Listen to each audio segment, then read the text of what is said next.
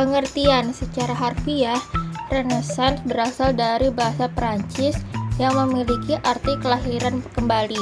Renaissance adalah sebuah periode yang menandakan kelahiran kembali peradaban dan kebudayaan Eropa.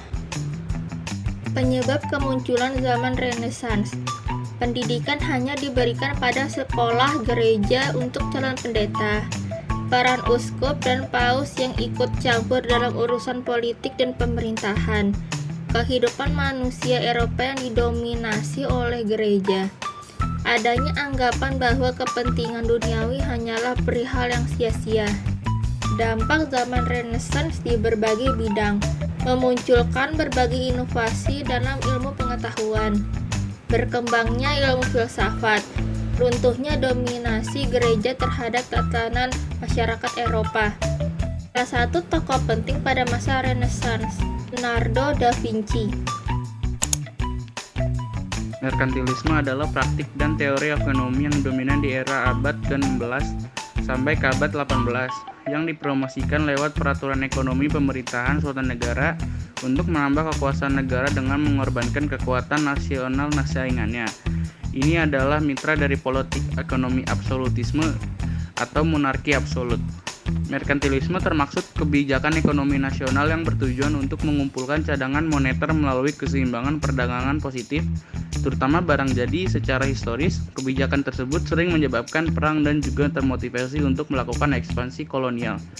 Teori merkantilisis bervariasi dalam penerapannya, terkini dari suatu penulis ke yang penulis lain dan telah berkembang dari waktu ke waktu.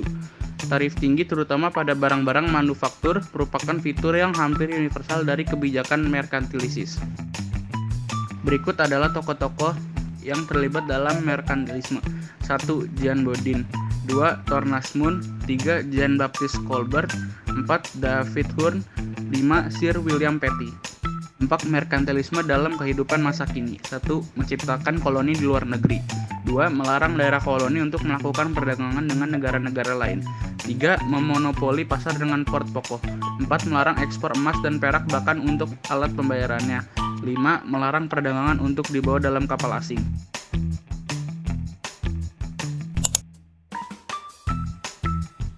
Pengertian reformasi gereja. Reformasi gereja merupakan sebuah upaya perbaikan tatanan kehidupan yang didominasi oleh otokrasi gereja yang menyimpang. Reformasi gereja adalah sebuah upaya perbaikan dan kembali pada ajaran gereja yang lurus. Gerakan reformasi berupa sikap kritis terhadap penyimpangan-penyimpangan yang dilakukan oleh pihak gereja Katolik pada waktu itu, terutama adanya penjualan surat pengampunan dosa atau disebut surat Aflat. Dampak reformasi gereja bagi dunia atau masa kini, utamanya di Eropa. Reformasi gereja telah menimbulkan Western Christendom sehingga muncullah negara-negara nasional kecil tanpa memiliki pusat kekuasaan seperti lembaga kepausan di Roma. Gerakan reformasi gereja juga melahirkan kekuasaan absolut di Eropa dan menimbulkan pertikaian kaum Protestan dan Katolik. Perang saudara dan perang penghancuran karya-karya seni, patung, lukisan yang berbau Katolikisme. Reformasi gereja juga mengakibatkan terbelahnya agama Kristen menjadi sekte-sekte kecil antara lain Lutherisme, Calvinisme, Anglicanisme, Quakerisme, dan Katolikisme. Latar belakang reformasi gereja. Adanya penyimpangan ajaran Kristen terutama karena adanya praktik penjualan surat pengampunan dosa. Korupsi yang dilakukan oleh uskup dan petinggi agama Kristen. Adanya keinginan dari negara Eropa untuk membebaskan diri dari kepemimpinan paus. Sikap gereja yang lama cenderung otoriter. Reformasi gereja umumnya dianggap dimulai ketika biarawan Jerman Martin Luther menempelkan nota protesnya yang bernama 95 Thesis ke pintu gereja Wittenberg pada tahun 1517. Uang dari penjualan pengampunan ini dipakai gereja Katolik Roma untuk membangun gereja seperti Gereja Santo Petrus di Roma. Tokoh-tokoh reformasi gereja. Martin Luther sebagai penggerak utama atau yang memprakarsai pergerakan reformasi gereja pada tahun 1517. Erasmus Desiderius Roterodamus, Ulrich Zwingli, John Calvin, John Knox, John Westlife. Aufklärung. Pengertian Aufklärung adalah kata Jerman yang berpengaruh dengan kata Inggris Enlightenment yang berarti pencerahan, penerangan.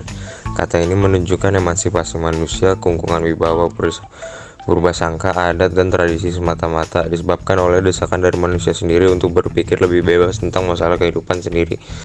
Masa Aufklärung mulai muncul pada sekitar abad ke-17 Masehi di Eropa. Latar belakang revolusi ilmiah yaitu perkembangan dalam ilmu pengetahuan di mana metode ilmiah menjadi landasan dalam merumuskan persoalan solusi. Tokoh Aufklärung: Baruch de Spinoza 1632 sampai 1677, John Locke 1632 sampai 1704, Immanuel Kant 1724 sampai 1804, J.J. Rousseau 1712 sampai 1778. Berikut merupakan dampak Aufklärung bagi Indonesia. Diterapkan kebijakan politik etis di Indonesia, muncul ideologi-ideologi baru di Indonesia, berkembangnya pemikiran-pemikiran kritis dari golongan elit cendekiawan Indonesia. Pengertian revolusi industri terjadi pada periode antara tahun 1750 sampai 1850, di mana terjadinya perubahan secara besar-besaran di bidang pertanian, manufaktur, pertambangan, transportasi, dan teknologi, serta memiliki dampak yang mendalam terhadap kondisi sosial, ekonomi, dan budaya di dunia. Sejarah singkat terjadi pada abad ke-18 di Inggris atau tahun 1760 sampai 1840, di mana terjadi peralihan dalam penggunaan tenaga pada industri tekstil. Tokoh: James Hargreaves, Edmund Cartwright, Thomas Bell, Graham Bell, Richard Trevithick. Dampak: mempercepat pertumbuhan ekonomi dan berkembangnya sistem transportasi.